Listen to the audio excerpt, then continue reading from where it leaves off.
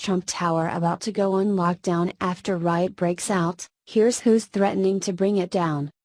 The right to protest is something that Americans hold dear, but it used to be somewhat of a nuclear option, something to be done when the situation was truly out of hand.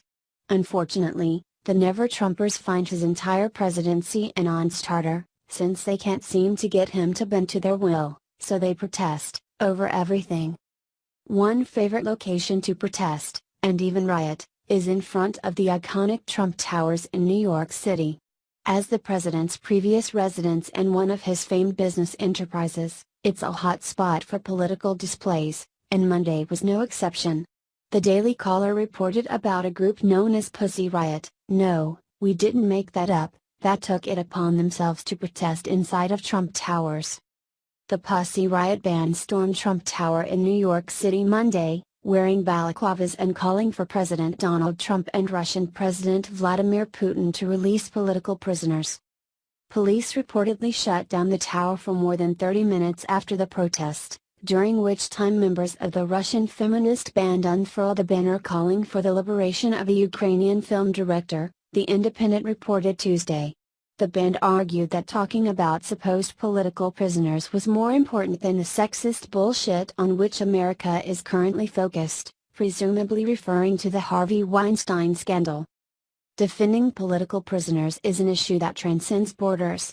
We are acting in solidarity against leaders like Putin, who has exercised authoritarian force, and Trump, who is displaying authoritarian tendencies, because we all need to be fighting together on behalf of dissidents everywhere, the group wrote on Facebook. In case you're wondering about the masterminds of this brazen intrusion into the former residence of the president and his family, Pussy Riot is a Russian feminist protest punk rock group based in Moscow. Founded in August 2011, it had a variable membership of approximately 11 women ranging in age from about 20 to 33. Their grievance was laid out in their Facebook post as follows. We remember when we were imprisoned, we received news about hundreds of activists around the world putting on balaclavas and going to the streets to support us. That was the moment we understood we are not alone. But we should not forget that even though we've come to the other side of the fence, there are still hundreds of political prisoners behind bars waiting for your support. We received a lot of letters, smiles, and noise from you. To continue, we're calling on you today to raise attention to two guys from Ukraine, film director Oleg Sentsov and anarchist Alexander Kalkenko, who are in Russian prison right now. Sentsov got 20 years in prison, Kalkenko got 10 years. Because they, like you, did not sit by, they were fighting for their freedom in Crimea, which was annexed by Putin. During the investigation in Russia, Oleg Sentsov was tortured, and 2 months ago, after our action, he was transported to a penal colony with some of the cruelest conditions in Russia, Polar Bear. We decided to do an action right now, while we are in New York, with activists here, because we believe there are no borders to our solidarity. We came to occupy Trump Tower to call attention to political prisoners. We believe that political prisoners and their protection are more important than the sexist bullshit that people have been focused on. Defending political prisoners is an issue that transcends borders. We are acting in solidarity against leaders like Putin, who has exercised authoritarian force, and Trump, who is displaying authoritarian tendencies, because we all need to be fighting together on behalf of dissidents everywhere.